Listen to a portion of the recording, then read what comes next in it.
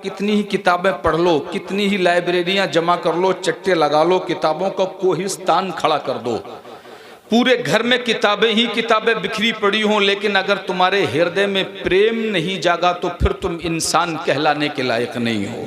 MA की degree, BA की degree, डॉक्टरी की डिग्री, अजीब पीएचडी, एलएलबी और कितने बड़े बड़े एजुकेटेड लोग घूम रहे हैं, मगर नफरतों में इस कदर अंधे हो गए हैं कि मानवता का कत्ल सरेआम किया जा रहा है, सरेआम इंसानियत को शर्मसार किया जा रहा है। मगर हिंदुस्तान मोहब्बत वालों का था, हिंदुस्तान मोहब्बत वालों का है, हिंदुस्तान मोहब्बत वालों का ही रहेगा। इसीलिए कबीर दास का ये दोहा मैं कोट कर रहा हूं, बोले कितनी किताबें पढ़ लो, और पैथियों की बात आए तो यूनानी पैथी पढ़ो, होम्योपैथी पढ़ो, एलोपैथी पढ़ो, नेचुरोपैथी पढ़ो, सारी पैथियां पढ़ डालो, अगर फिर भी तुम्हारे हृदय में मोहब्बत नहीं आई तो फिर तुम इंसान कहलाने के लायक नहीं हो। इसलिए कहा पोथी पढ़ पढ़ जग मवा, पंडित भयो न कोय, ढाई आखर प्रेम के, पढ़े सो पंडित होए। मतलब मोहब्बत करो तो मोहब्बत कोई तो हम प्रेम, कोई तो हम उर्दू वाले इश्क कहते हैं, प्रेम कोई तो हम उर्दू वाले मोहब्बत कहते हैं। और बात फिर वहीं आ गई कि बात प्रेम की हो और इमामे इसको मोहब्बत की ना हो। क्या कहने हैं, वाह वाह, जिंदाबाद जिंदाबाद। प्रेम की बात और बगैर रजा के, बगैर आला हजरत के, हुजूर हम आपकी जुबान में प्रेम की बात करना चाहते हैं, ये ढाई आखर प्रेम की बात ए बरेली के रजा तुम्हारी जुबान में सुनना चाहते हैं। तो दयारे रजा से जवाब आया, मेरे अंदाज में कहना है ढाई आखर प्रेम के, और प्रेम की बात रजा के अंदाज में। तो बरेली वाला बोला, ले मेरे अंदाज में यूं कह दे, ऐ इश्क तेरे सदके जलने से छूटे सस्ते, जो आग बुझा देगी वो आग लगाई है।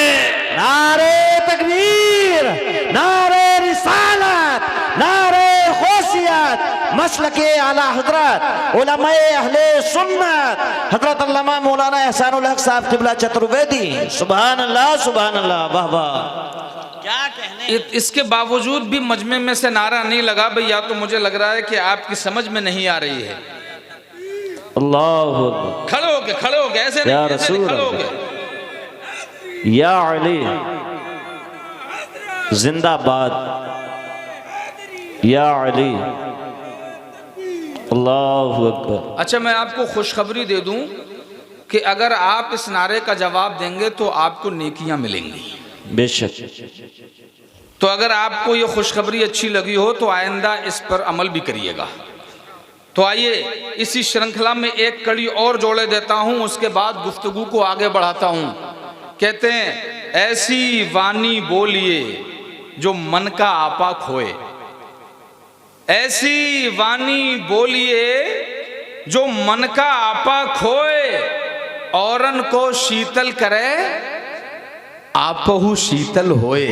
थोड़ा सा अगर डिटेल में मैं आपको लेके चलूं तो इसे यूं भी समझा सकता। नारे तकबीर, नारे रिसालत, मसलके आला हजरत उलमाए अहले सुन्नत, बुलबुले बाग़े रिसालत इस्लाम निज़ामी साहब क़िबला, मद्दाह रसूल इस्लाम निज़ामी साहब क़िबला।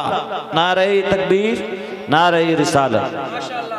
अच्छा, माशाअल्लाह, शायर अहले सुन्नत इस्लाम निज़ामी साहिब क़िबला जलवा रखते हैं। बस कुछ देर के बाद आपको उनके हवाले, लेकिन इससे पहले थोड़ी तवज्जो फरमाएं, मैं बहुत ज़्यादा वक्त हाइल नहीं रहूँगा।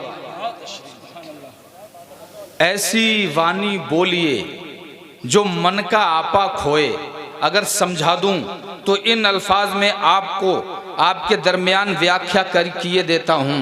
आप अपने एक रईस रिश्तेदार के यहाँ पहुँचे, बड़ा मालदार है, ऊंची कोठी में रहता है, बड़े तकल्लुफात के साथ ऐशो इशरत में ज़िंदगी गुजर रही है।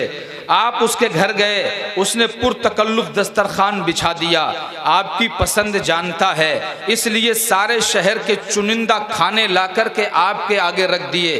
तमाम तरह के मशरूबात, तमाम तरह के हॉट ड्रिंक्स, तमाम तरह की कोल्ड ड्रिंक्स, और उसके बाद कहता है ले ठूसना है तो ठूस ले वरना भाग ले। बोलो उसके यहाँ खाइएगा? जोर से बोलो खाइएगा। जो लोग अभी भी खामोश हैं सोच रहे हैं कि यार थोड़ा सा नजर बचा के एक आध निवाला मार ही लेंगे, बोलो खाओगे? अरे जोर से बोलो खाओगे? आप उठ के चल दिए। अगले ही क्षण अपने एक गरीब रिश्तेदार के यहाँ मेहमान हुए, उसने आपका इस्तकबाल किया, घर में ले गया, अपनी हैसियत के मुताबिक बेचारे ने पुरानी चादर बिछा दी और उसके ऊपर एक पुराना दस्तरखान लाया। घर में जो रूखी रोटी रखी थी ले आया, सूखी चटनी रखी थी ले आया, उसके बाद लोटे में पानी भर के लाया, एक तश्त आपके सामने रख दिया। बोले ए मेरे भाई, मैं तेरा मेजबान हूँ, तू मेरा मेहमान है, मेरी गरीबी पे न जाना, आइए मोहब्बत से हाथ धुल लीजिए और खाना तनावुल फरमा लीजिए। मेरे भाइयों, मंसूरपुर और अतराफो जवानिब से आने वालों, ईमानदारी से बताओ उसका खाना खाओगे कि नहीं?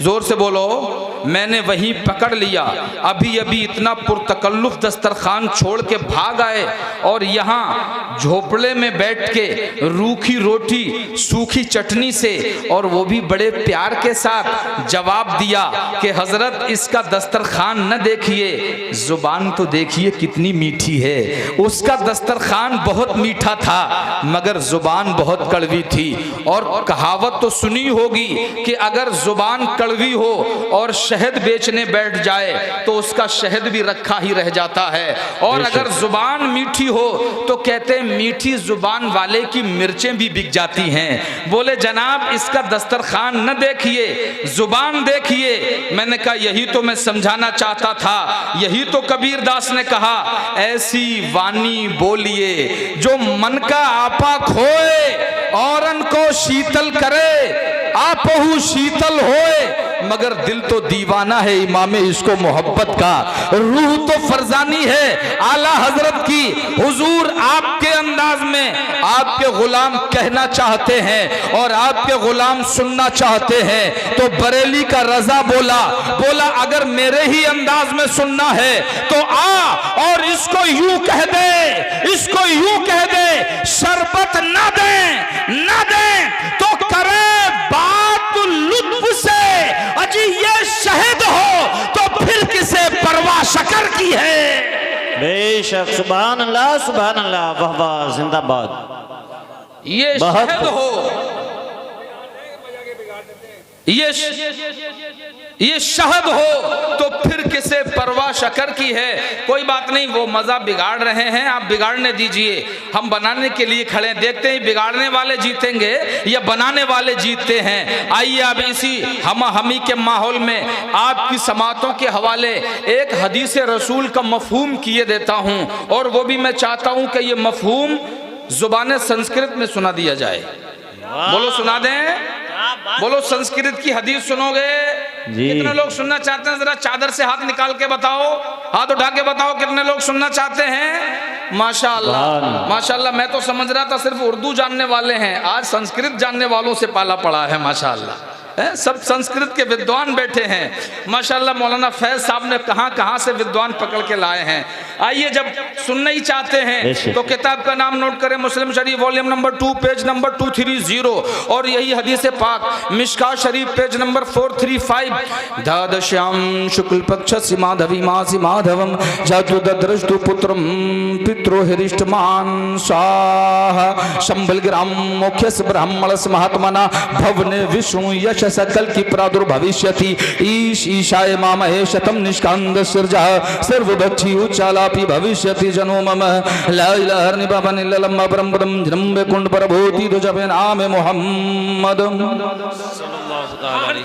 नहीं बोलोगे? कहने हैं सुभान अल्लाह, वाह वाह। अभी पीछे वाले कुछ लोग हैं जो हिले भी नहीं है, जरा पीछे वाले भैया चारों थोड़ा हटा दो यार, इतना भी जाड़ा नहीं है, थोड़े हाथ बाहर निकालो और दोनों हाथों को हवा में लहरा के बोलो या रसूल अल्लाह, या रसूल और हवा में लहरा के बोले या रसूल अल्लाह। या रसूल अल्लाह। माशाअल्लाह। अब आइए जुबान थोड़ा चेंज करके देखते हैं कि इसमें आप कितनी तवज्जो देते हैं। अब यही हदीस पाक जुबान चेंज कर दें तो अंग्रेजी में और सुना दें। बोलो अंग्रेजी की हदीस सुना दें। क्या बात है, वाह वाह वाह। बोलो अंग्रेजी में हदीस सुनोगे जी तो तवज्जो करें। किताब का नाम नोट करें, Muslim Sharif volume number 2 page number 230, narrated by Abu Huraira. इतना तो समझ ही गए होगे ना। नरेटेड बाई अबू हुरैरा, रसूलुल्लाह peace be upon him said, who is the poor? The companion said, the poor is one who has no money nor goods. Then Rasulullah peace be upon him said, the poor person from my ummah is one who will come on the day of judgment with prayer, salah, fasting and zakah. While he has abused this, has leveled with false change, has taken his will, has bloodshed of him and beaten him, so his blessing will be given to him and will be given to him, and when his blessing will vanish before giving him completely, his bad actions will be taken and will be put then on him, and finally he will be put on the hell. सुभान अल्लाह, सुभान अल्लाह। अरे loudly सुभान अल्लाह, सुभान अल्लाह, और loudly सुभान अल्लाह, सुभान अल्लाह। Speak up सुभान अल्लाह।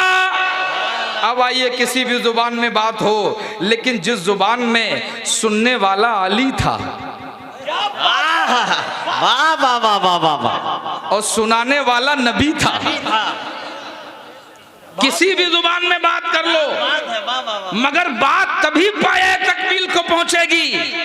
क्या मजा होगा जिसमें सुनने वाला बिलाल होगा और सुनाने वाला आमना का लाल होगा। क्या कहने हैं, सुभान अल्लाह, सुभान अल्लाह। जुबान संस्कृत में मफहूम हदीस सुना, जुबान इंग्लिश में मफहूम हदीस सुना।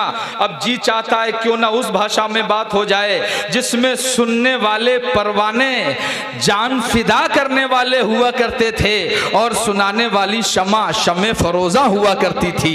आइए उस हदीस पाक को अगर आपका ज़ौक़ बढ़ा हो तो मैं चाहता हूं कि ओरिजिनल अल्फाज, जिन अल्फाज में मस्जिद नबवी के सुतूनों ने हदीस सुनी है, जिन अल्फाज में सहाबा के मुबारक कानों ने हदीस सुनी है, जिन अल्फाज में अरब के बसने वालों ने कंपेनियंस की जमात ने हदीस सुनी है, जी चाहता है कि एहसानुल हक उसी अंदाज में सुना दे और मंसूरपुर के लोग उसी अंदाज में सुनकर के दिखा दें। तो आइए किताब का नाम नोट करें, Muslim Sharif volume number 2 page number 230, अन अबी हुरैरा अन्ना रसूलुल्लाह सल्लल्लाहु तआला अलैहि वसल्लम क़ाला तदरूना मल मुफलिस क़ालुल मुफलिसु फीना मन ला दिरहम लहु वला मता फ़क़ाला इन्नल मुफलिसा मिन उम्मती मन याती यौमल क़ियामा बिसलातिन व सियामिन व ज़कातिन व याती क़द शतम हाज़ा व क़ज़फ़ हाज़ा व अकल माल हाज़ा व सफ़क दम हाज़ा व ज़रब हाज़ा फ़युता हाज़ा मिन हसनाती व हाज़ा मिन हसनाती फ़इन फ़नयत हसनतुहु क़ब्ल अन युक़्ज़मा अलैहि उख़िज़ मिन ख़तायाहुम फ़तुरिहत अलैहि सुम्मा तुरिहा फ़िन्नार। सुभान अल्लाह, सुभान अल्लाह। जरूरी नहीं है कि आशिक हर चीज को समझकर ही बोलें। जब पता लग जाए कि माशूक लाजवाब है तो फिर मानना पड़ेगा कि माशूक का लफ्ज भी लाजवाब होता है, माशूक का जुमला भी लाजवाब हो। हदीस सुनी, बोलो मजा आया कि नहीं? ईमानदारी से बोलो मजा आया कि नहीं? अरे जोर से बोलो मजा आया कि नहीं? आपने जुबान इंग्लिश में हदीस सुनी, बोलो मजा आया कि नहीं? जुबान अरबी में हदीस सुनी, मजा आया कि नहीं? और समझ में आया? तर्जुमा समझ में आया? नहीं आया? और मजा फूल आया? वाह भाई वाह, कैसे लोगों से सबका पड़ा है। मजा खूब ले लिया मगर समझ में किसी की नहीं आया। अल्लाह सलामत रखे हमारी कौम के इन वीडियोग्राफर्स को। कम से कम ये तो हुआ कि इस कौम ने जदीद टेक्नोलॉजी की मालूमात अगरचे जलसों की वसातत ही से सही कुछ तो हासिल की। अब ये बातें रिकॉर्ड हो रही हैं, कहीं अगर सोशल मीडिया पे वायरल हो जाएं और लोगों को पता लग जाए, ह्यूमन राइट्स की टीमें सुबह ही मंसूरपुर में आ जाएंगी। यार एक रात में इतने पागल कैसे हो गए कि समझा कोई कुछ नहीं और मजा सबने लिया। समझते कुछ नहीं थे मगर मजा लेने में जर्रा बराबर कसर नहीं छोड़ते थे। बोलो है ना ताज्जुब की बात? भाई मजा तभी आता है जब बात समझ में आती है, और जब बात समझ में आएगी तभी मजा आएगा, और मजा जब ही आएगा जब बात समझ में आएगी। मगर वाह मंसूरपुर वालों, समझा कुछ नहीं और मजा फुल लिया। समझते कुछ भी नहीं थे और मजा खूब लेते थे। और मैंने यही बात बंगाल के एक जलसे में कही तो एक बूढ़े मियाँ खड़े हो गए, बोले मौलाना साहब तुम क्या बोला, हम कुछ नहीं समझा, मगर जब तुमने नबी का नाम लिया हमारा कोली कोली खुश हो गया। सही बात तो यही है कि हुस्न यूसुफ पे कटी मिस्र में अंगुश्ते जना, या रसूल अल्लाह सर कटाते हैं तेरे नाम पे मर्दाने अरब। बात तो यही है, दीवानगी कहते ही इसको है, दीवानगी इसी को तो कहते हैं कि मैदान जंग में तलवार टूट गई थी और आ गए, बोले या रसूल अल्लाह तलवार टूट गई। मुस्तफ़ा जाने रहमत ने जिस खजूर के सूखे हुए पेड़ से टेक लगाए खड़े थे, हाथ आगे बढ़ाया, एक टहनी हाथ में आ गई, सूखी हुई टहनी थी। माशाअल्लाह, सुभान अल्लाह। ये हार ऐसे वक्त में डाला गया है जबकि हार और जीत के फैसले किए जाते हैं। तो मुझे लग रहा है अगर हार मेरा मुकद्दर हुआ है तो हार भी शायद हमारा ही मुकद्दर हो, लेकिन चूंकि हम वो फनकार हैं कि हम हर मैदान में हार के भी जीतना जानते हैं। ये इस्लाम यहाँ तक फैलाई पहुंचाई इस तरीके से है कि किसी ने पत्थर मारे, लोगों ने समझा अब मान जाएंगे, बोले तुम जिसे हार समझ रहे हो ये एक दिन फतेह मक्का की शक्ल में रिजल्ट तुम्हारे सामने होगा। मेरे भाइयों, तो ये तो आई गई बात हो गई हार के ताल्लुक से। अब आओ जो मैं कह रहा था, उन्होंने एक सूखी हुई लकड़ी तोड़ी और दे दी। वो भी दीवाना हो तो ऐसा हो पूछा ही नहीं, एक बार भी के दे क्या रहे हो और भेज किसके मुकाबले में रहे हो। तलवार की जगह लकड़ी पकड़ ली और वापस उसी जज्बे उसी जोश के साथ मैदान जिहाद में पलट पड़े। जब मुकाबला एक लोहे की तलवार वाले से हुआ तो ये देख ही कहां रहे थे कि हाथ में क्या है। उस तलवार वाले से जो मुकाबला हुआ लोहे की तलवार से लकड़ी को टकरा दिया, और जब लकड़ी को मारा, तारीख कहती है कि लोहे की तलवार के दो टुकड़े ही तो हो गए थे, लोहे की तलवार कट गई। एक और निकल के आया, वो देख रहा था, उसने कहा कि यार ये कैसी लकड़ी है, तो लगता है ये कोई नया तरीका है, ये कोई नया हथियार है, इसके मोरल को डाउन किया जाए, इसके जज्बे को सर्द किया जाए। करीब आया और बोला कि हाथ में तो देख ले लड़ किससे रहा है और हाथ में क्या है। बोले मतलब, बोले खजूर की सूखी हुई लकड़ी और तू लोहे वालों से लड़ रहा है। कहा यह देखना, अब दीवाने का जवाब सुनिए, मस्ताने का जवाब सुनिए, आशिक किसे कहते हैं जरा सुनिए और अपनी अक्लो शऊर की आगही पर इसको परखिए। दीवाना किसे कहते हैं, आशिक किसे कहते हैं, मस्ताना किसे कहते हैं। बोले मेरे हाथ में क्या है ये देखना तेरा काम है, मुझे दिया किसने है ये देखना हमारा काम है। हाथ में क्या है ये तू देख, देने वाला कौन है ये दीवाना जानता है। नारे तकबीर, नारे रिसालत, मसलके आला हजरत, उलमाए अहले सुन्नत, पैगामे हक कॉन्फ्रेंस, हजरत अल्लामा मुफ्ती एहसानुल हक साहब क़िबला चतुर्वेदी। सुभान अल्लाह, सुभान अल्लाह। लोग कहते हैं मिटा देंगे, भगा देंगे, जला देंगे, ये करेंगे, वो करेंगे। हम कहते हैं जनाब ये आशिक लोग हैं, और आशिक जब बेदार होता है ना तो उसके सामने न कौमें ठहरती हैं न फौजें टिकती हैं। एक आशिक था जो पाकिस्तान के टैंकों को जब इंडिया में प्रवेश कर रहे थे अपने सीने को तोप के दहाने पे लगा के खुद को तो उड़ा दिया, लेकिन पाकिस्तान के टैंकों को तबाह कर दिया और बता दिया कि हिंदुस्तान की आजादी की तारीख जब भी लिखी जाएगी तो उसमें वीर अब्दुल हमीद का नाम भी लिखा जाएगा और दुनिया को बताया जाएगा कि मुसलमान गद्दार नहीं है, मुसलमान तो ऐसा वफादार है कि जब तक जिंदा रहता है नहा धो करके अपने माथे को पांचों टाइम मादरे वतन पे टेकता है और अल्लाह की तस्बीह पढ़ता है, और जब मर जाता है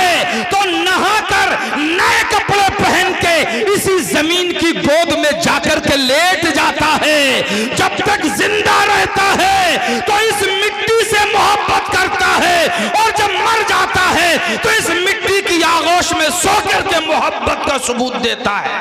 बेशक हक है। सुभान अल्लाह, सुभान अल्लाह। असल टॉपिक की तरफ मेरे भाइयों, ये ऐसे दीवाने हैं कि जुबान संस्कृत में हदीस हो, बस पता ये लग जाए कि बात मदीने वाले की हो रही है, बस इतना कोई बता दे कि मदीने वाले की बात हो रही है, फिर चाहे वो संस्कृत हो, फिर चाहे वो मलयालम हो, फिर चाहे वो कन्नड़ा हो, फिर चाहे वो बंगाली हो, फिर चाहे वो नेपाली हो, फिर चाहे वो तेलुगु हो, इससे फर्क नहीं पड़ता।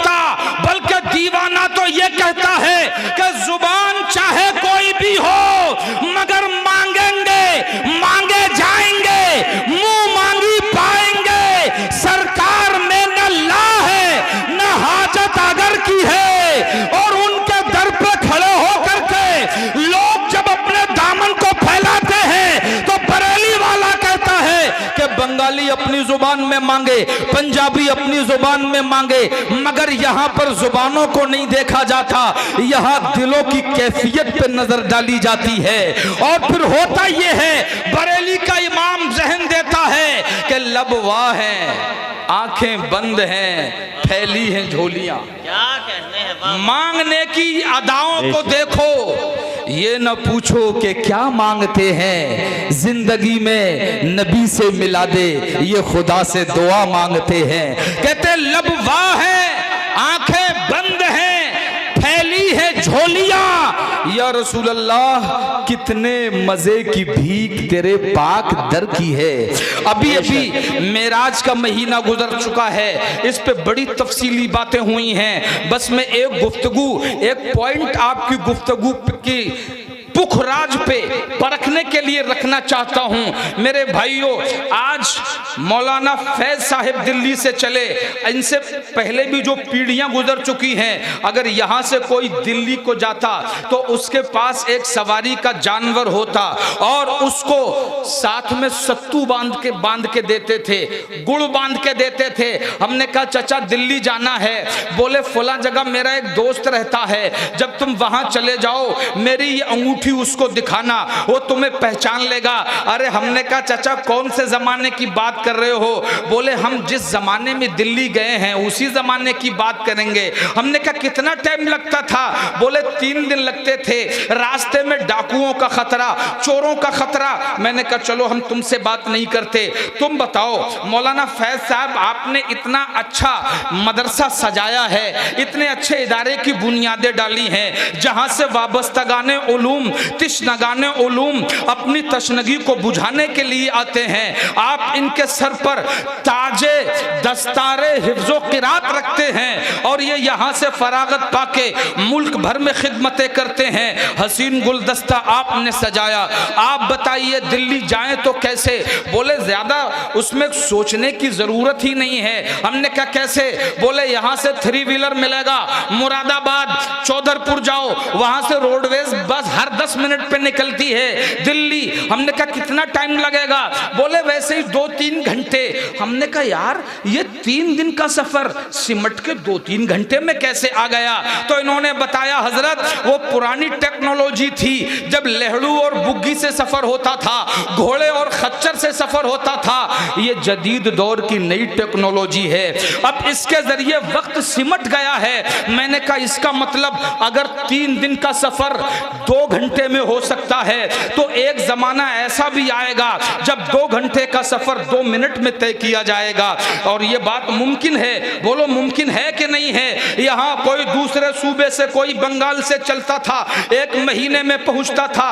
एक लड़की जो बनारस के कोतवाल ने अपनी हवस का निशाना बनाना चाहा था, जब वो बनारस से चली और दिल्ली औरंगजेब आलमगीर बादशाह के दरबार में पहुंची, 1 हफ्ता लगा था। मगर आज कोई बनारस से जाना चाहे और बाई प्लेन सफर करे 1 घंटे में भी पहुंच सकता है। अगर रॉकेट या मिसाइल की रफ्तार से जाए तो 10 मिनट में भी पहुंच सकता है।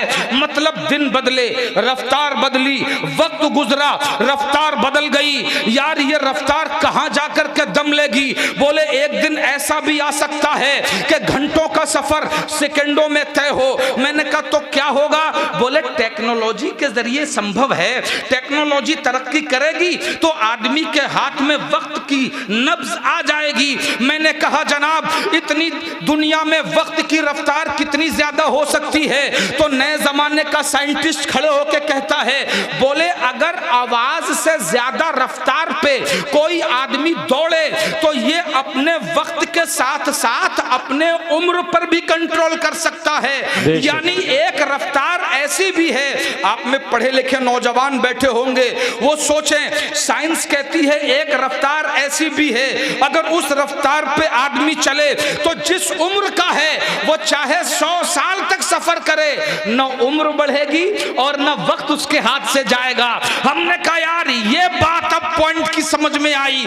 तुम कहते हो कि आज एक ऐसी रफ्तार भी है कि 100 साल तक आदमी गर्दिश करता रहे फिर भी 1 मिनट की उम्र नहीं बढ़ेगी। मेरे भाइयों तो यहां से एक बात हमारे पल्ले पड़ गई कि अगर आज के दौर में आदमी रफ्तार पे कंट्रोल कर ले तो 100 साल तक एक ही उम्र का नौजवान रह सकता है। तो ये रफ्तार उस रफ्तार के सामने तो कुछ नहीं जो असरा का दूल्हा शब मेराज का नौशाद हती में काबा में लेटा था, जिब्रील बुराक लेके आए। लिखा है कि महज 2 सेकंड में यह शब असरा का दूल्हा काबे से चला, दमिश्क पहुंचा, सीरिया में नबियों को नमाज पढ़ाया और वहां से एक सीढ़ी लाई गई। पहली सीढ़ी पे कदम रखा, पहला आसमान, दूसरी सीढ़ी पे कदम रखा, दूसरा आसमान, हदिये के साथों आसमानों के पार पहुंचा। 27 साल लगे, लेकिन जब वापस मक्का में आया तो 2 सेकंड का टाइम भी नहीं हुआ था। तारीख कहती है कि बिस्तर में गर्माहट बाकी थी और वुजू का पानी चल रहा था। अजी मेरे भाइयों, आज साइंस ने तरक्की की, तब हमारी समझ में यह बात आ रही है कि हाँ ये मुमकिन है। मेरे भाइयों तो आज मुस्तफा का मौजज़ा जाहिर हो गया कि दुनिया में रफ्तार कितनी ही ज्यादा बढ़ जाए मगर मेरे नबी की रफ्तार को नहीं पहुंच सकती। नारे तकबीर, नारे रिसालत, मसलके आला हजरत उलमाए अहले सुन्नत हजरत अल्लामा मुफ्ती एहसानुल हक साहिब क़िबला। सुभान अल्लाह, सुभान अल्लाह, जिंदाबाद। और अगर सुनने का सलीका रखते हो बहुत खूब। और पॉइंट और नुक्तों को सुनना जानते हो तो सुनो, मेरा नबी लेटेस्ट नबी है, बेशक हक है। कयामत तक और कयामत के बाद तक, यानी मेरा नबी था, नबी है और नबी रहेगा। और सुनो, जो नबी होता है वो पूरे जमाने का सबसे बड़ा गुरु होता है, बेशक अपने जमाने का सबसे ज्यादा एजुकेटेड, अपने जमाने का सबसे बड़ा हकीम, अपने जमाने का सबसे बड़ा साइंटिस्ट होता है। तो ये जमाना भी तो मेरे नबी का है। बोलो है कि नहीं? जितने मानते हैं जरा जोर से बोलें, बोलो है कि नहीं? जब ये जमाना मेरे नबी का है तो मेरे नबी ने तो कभी प्लेन से सफर नहीं किया क्योंकि प्लेन था ही नहीं। तो फिर नबी इन टेक्नोलॉजी वालों के उस्ताद कैसे हुए? लेकिन उस्ताद तो है, ये हमारा ईमान कहता है, मगर कैसे हुए वो बताता हूं। इस मिसाइल, रॉकेट, इन सब की रफ्तार से आगे मुस्तफा की रफ्तार देखनी है। यही तो दिखाने के लिए मेरे रब ने अपने महबूब को मेराज में बुलाया, क्योंकि रब को तो जर्रे जर्रे की मालूमात है। मेरा रब तो जर्रे जर्रे का खालिक है, वो तो सब कुछ जानता है। मेरे रब को मालूम था कि अगर किसी की रफ्तार नबी की रफ्तार से ज्यादा हो जाएगी तो नबी के मौजज़े को चैलेंज कर देगा कि तुम्हारा नबी गया तो क्या गया, देखो हम भी मिसाइल के जरिए इतनी तेजी से सफर कर सकते हैं, हम भी रॉकेट के जरिए से सफर कर सकते हैं। इसलिए कयामत तक आने वाली टेक्नोलॉजी पर रब ने मुस्तफा के मोजज़े से मोहर लगा के मुंह बंद कर दिया कि नबी तुम्हारा इमाम है, इसलिए कि तुम कितनी तरक्की करो मगर नबी की रफ्तार से सफर नहीं कर सकते। और जब उनकी रफ्तार से सफर नहीं कर सकते तो नबी के मोजज़े को चैलेंज भी नहीं किया जा सकता, और जिसके मोजज़े को चैलेंज नहीं किया जा सकता तो फिर मान लो, सर झुकाओ और मान लो कि नबी इन टेक्नोलॉजी वालों का भी इमाम है और नबी पूरी कायनात का इमाम है। क्या कहने हैं, सुभान अल्लाह सुभान अल्लाह, जिंदाबाद जिंदाबाद, बहुत खूब। जिंदाबाद मुफ्ती साहब जिंदाबाद, बहुत खूब बहुत खूब। लाजवाब। बोलो बात समझ में आई कि नहीं? अरे समझ में आई, मगर तुम जो सुनना चाहते हो, चूंकि यार हम तो ऐसे बदनाम हो गए हैं कि अगर कहीं कितनी अच्छी बात करने पहुंच जाएं लेकिन लोगों को वही चाहिए, रामायण की पंक्तियां सुनाओ, संस्कृत सुनाओ, लिहाजा मैं ज़ौक़ को अधूरा नहीं छोड़ूंगा। आखिरी मरहले में गुजर रहा हूं, बस आपकी समाअतों को समझते हुए इसी नबी के बारे में कबीर दास ने और फिर गोस्वामी तुलसीदास ने क्या कहा, इनकी रफ्तार को देखा तो कलम उठाया और संग्राम पुराण का पदानुवाद करते हुए लिखा, सहस्र बरस दस सुंदरम होई, तह की बात न पावे कोई, हर सुंदर निर्माण न होई, तुलसी वचन सत सच सोई, तब तक सुंदर मददी कोया, बिना महामद पार न होया, सुरन चतुसुदर सतचारी, तिनको वंश भयो अति भारी। क्या कहने हैं, वाह वाह, बहुत खूब, सुभान अल्लाह, जिंदाबाद जिंदाबाद, बहुत खूब। जी अपने तो अपने हैं दुश्मन भी बोले, ऊंचा है किरदार मदीने वाले का। अगर कुछ समझना चाहते हो तो फिर आओ, एक पंक्ति और सुना देता हूँ। एक जगह मैं तकरीर कर रहा था तो हमारे एक पाठक जी थे, वो इंटर कॉलेज के प्रोफेसर थे और संस्कृत के शोबे के प्रोफेसर थे। मुझसे दौरान तकरीर मजमे में खड़े होकर बोले हजरत हमने सुना है आप संस्कृत जानते हैं। हमने कहा हम तो नबी के दीवाने हैं, उनके गुलाम हैं, अगर जानना ही चाहें तो अल्लाह ताला ने ये दुनिया बनाई ही हमारे लिए है। इस दुनिया को अगर हम न होते तो कायनात की बहारों को सजावट देने वाला नहीं होता, अगर हम नहीं होते तो कायनात में मुस्कुराहटें बखेरने वाला क्यों होता। और ये मूरत रब ने अपने खास कुदरत के हाथों से बनाई है और इसको इस मेरे रब को ये मूरत इतनी पसंद आई कि अपना खलीफा भी इसी मूरत को बनाया और अपना महबूब भी इसी मूरत की शक्ल में दुनिया में नाजिल फरमाया। मेरे भाइयों, हम तो ऐसी अल्लाह की तख्लीक है कि हमारे बगैर दुनिया सुनी है। अब तो मैं जो अर्ज करना चाहता हूं, बोले जनाब आप संस्कृत जानते हैं। मैंने कहा आपको कहना क्या है? बोले मैं चाहता हूं कि श्री रामचरितमानस की कोई चौपाई सुना दीजिए। इत्तेफाक से रामचरितमानस का मुताला करके मैं उसी दिन आया था। मैंने कहा चलिए आपका ये भी ज़ौक़ पूरा कर देते हैं। मैंने कहा सुनिए, श्री रामचरितमानस लेखक का नाम, राइटर का नाम गोस्वामी तुलसीदास, बालकांड पृष्ठ संख्या 21 और चौपाई नंबर 6। बोलो आपको भी सुना दें?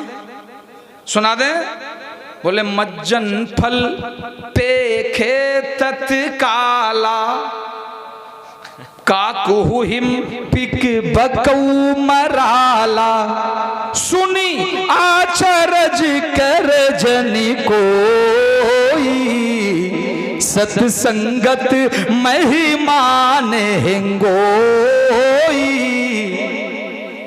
वाह वाह वाह वाह, बहुत। अब आओ इसी के तर्जुमे में मैं कुछ दिल की बातें आपको समझाना चाहता था। बात अपने मरकज पे आ गई है तो सुनो। कहते मज्जन फल पेखे तत्काला, बोले इस तीर्थ राज में सेवा का फल तत्काल प्राप्त होता है। मतलब काकु हिम पिक बकौ मराला, अच्छा, मजे की बात यह है कि गोस्वामी तुलसीदास भी बड़े विद्वान थे। उन्होंने भी बहुत अच्छे पैराए में रामायण को लिखा है और इसमें दो पक्षियों का जिक्र किया है। एक थे काक भुषिंडी और एक थे गरुड़ जी। तो एक सुन रहे थे इनमें और एक सुना रहे थे। दोनों की बात वार्ता में ये पूरी रामायण इन्होंने लिखी है। कहते जब उन्होंने कहा कि भाई सुनो, इस तीर्थराज में सेवा का फल तत्काल प्राप्त होता है और ये ऐसे ऐसे लोग हैं कि जहां काकू हिम्पिक बकौ मराला, जहां कौआ आए तो कोयल बन जाता है, बगला आए तो हंस बन जाता है। सुनी आचरज कर जनी कोई, इस बात को सुन के कोई अचरज में ना पड़े, कोई ताज्जुब में ना पड़े। क्यों कि सत्संगत महिमा नहीं गोई, क्योंकि सोहबत साले यानी सत्संगत का असर ही कुछ ऐसा होता है। मसलन आप कहेंगे कैसे? आज मौलाना फैज साहिब किबला कितने बच्चे आपके मदरसे से फरागत पा रहे हैं? 2 बच्चे इनके मदरसे से फरागत पा रहे हैं। मेरे भाइयों, ईमानदारी से बताना, अगर आज के दौर में मौलवी लोग टोकना बंद कर दें तो हो सकता है कि आदमी जुमा भी मुश्किल से पढ़े। जी, गलत तो नहीं कह रहा हूं? कम से कम कुछ लोग तो इसी वजह से पढ़ लेते हैं, यार अगर नहीं गए तो इमाम साहब रास्ते में मिलेंगे, टोक देंगे। ये इमाम साहब क्या आसमान से नाजिल हुए हैं या इमाम साहब को स्पेशल ड्यूटी लगा करके भेजा गया है या स्पेशल कहीं से किसी मशीन में बना के लाया गया है? तो मैं कहूँगा कि हाँ, अगर चाहिए डायरेक्ट आसमान से नाजिल नहीं किए गए हैं, लेकिन एक मशीन है जहाँ एक आदमी को ऐसा ढाल दिया जाता है, उस सांचे में जब उसको ढाला जाता है तो उसके दिल में कुरान, उसकी जुबान पे कुरान, उसके दिमाग में कुरान, उसकी अदाओं में साहिब कुरान के जलवे नजर आते हैं। जब वो चलता है तो साहिब कुरान के जलवे दिखाई देते हैं, जब वो बोलता है तो साहिब कुरान के जलवों की झलक छोड़ता है। अजी जब वो बोलता है तो साहिब कुरान के जलवों की बू आती है। मेरे भाइयों, ऐसे उस सांचे में जिन लोगों को ढाल के निकाला जाता है, ये कायनात की बहारें इन्हीं के दम कदम से हैं। ये सांचा, इसी सांचे को मदरसा कहते हैं और इस सांचे से निकले हुए प्रोडक्ट को कभी आलिम कहते हैं, कभी हाफिज कहते हैं, कभी कारी कहते हैं। यही कभी मुजद्दिद बन जाता है, यही कभी मुहद्दिस बन जाता है, यही कभी मुजतहिद बन जाता है। बल्कि मुझे कह लेने दो, जब मदरसे अपने सांचों पे जोर डालते हैं तो पूरी दुनिया में नबी के नाम के डंके बजते हुए नजर आते हैं। नारे तकबीर, नारे रिसालत, मसलके आला हजरत, उलमाए अहले सुन्नत, उलमाए अहले सुन्नत, हजरत अल्लामा कारी शकील अहमद साहब किबला रज़वी, हजरत अल्लामा कारी शकील अहमद साहब किबला रज़वी अमरोहवी। नारे तकबीर, नारे रिसालत, माशाअल्लाह। मसलके आला हजरत अल्लामा कारी शकील साहिब किबला, नारे हैदरी, नारे हैदरी, माशाअल्लाह सुभान अल्लाह। ये हमारे खुसूसी मुकर्रिर हजरत अल्लामा व मौलाना कारी शकील साहब किबला तशरीफ ले आए हैं। तमाम ही हजरात बैठ जाएं। जो मेरे भाई बाहर जा रहे हैं प्यारे, अभी अल्हम्दुलिल्लाह औलादे नबी, औलादे गौसे आजम हुजूर सैयद सुहेल मियाँ साहिब किबला का हमें और आपको दीदार करना है। और अल्हम्दुलिल्लाह वो आले रसूल, सुभान अल्लाह, जिस आले रसूल का हम भी दीदार करेंगे, आप भी दीदार करेंगे और इंशाअल्लाह नेकियों में इजाफा होगा। तमाम ही हजरात बैठ जाएं। जो नौजवान बाहर जा रहे हैं वो भी बहुत जल्द से जल्द बैठ जाएं।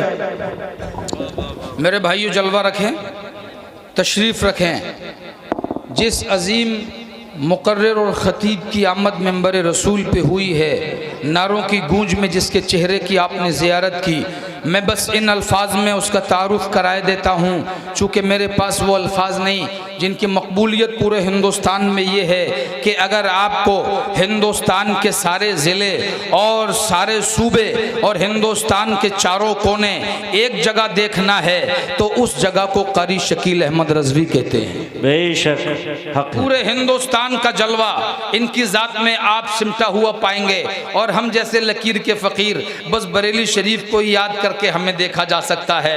लिहाजा तवज्जो करें, अब अपनी बात को आखिरी मरहले से गुजार दूं। मेरे भाइयों, इन्होंने ये जो मदरसा लगाया है ना, आज लोग मेला लगाते हैं और अपने ही आप अपनी जवान लड़कियों को मेले में भेजते हैं और अपने ही आप अपना माथा पकड़ के मस्जिद में इमाम साहब के सामने रोते हैं, हाय इमाम साहब, हाय इमाम साहब, कौम बड़ी बिगड़ रही है, कौम बड़ी ख़राब हो रही है। देखो तो फला जगह लौंडियों का और लौंडों का कैसा जमघट लगा हुआ है। हमने तो अपने लौंडे को मना कर दिया, बेटा वहाँ मत जाना, और जबकि पता लगा कि बुड्ढा मस्जिद में बैठा है और लौंडा मेले में मज़े ले रहा है। मगर इमाम साहब के सामने बैठ के पूरे गांव का सबसे शरीफ आदमी अपने आप को गर्दान रहा है। मेरे भाइयों, ये पूरे जितने बुढ़े बैठ के माथा पच्ची करते हैं, मुआशरा बहुत बिगड़ गया, मुआशरा बहुत बिगड़ गया। मैं कहता हूं सिर्फ एक बात मेरी मान लो, मुआशरा अपने आप सुधर जाएगा। हजरत कारी शकील अहमद साहब की तवज्जो चाहूंगा, एक जुमला अगर तुम चाहते हो कि मेलों में अय्याशियां बंद हो जाएं तो रोने की बजाय, माथा पच्ची करने के बजाय सिर्फ और सिर्फ अपनी बहन और बेटियों, अपनी बीवियों और माओ को मेले में जाने से रोक लो। कसम खुदा की, मेला अपने आप खत्म हो जाएगा, अय्याशियां अपने आप दम तोड़ देंगी। बेशक हक है। सुभान अल्लाह, सुभान अल्लाह, वाह वाह, बहुत खूब। और अगर उनको दीनदार बनाना चाहते हो तो फिर इन मदरसों से जोड़ दो। कसम खुदा की, एक बच्चा जब तालीम हासिल करता है तो पूरे खानदान में सुधार पैदा करने का सबब बन जाता है। इन मदरसों को हल्के में मत लो।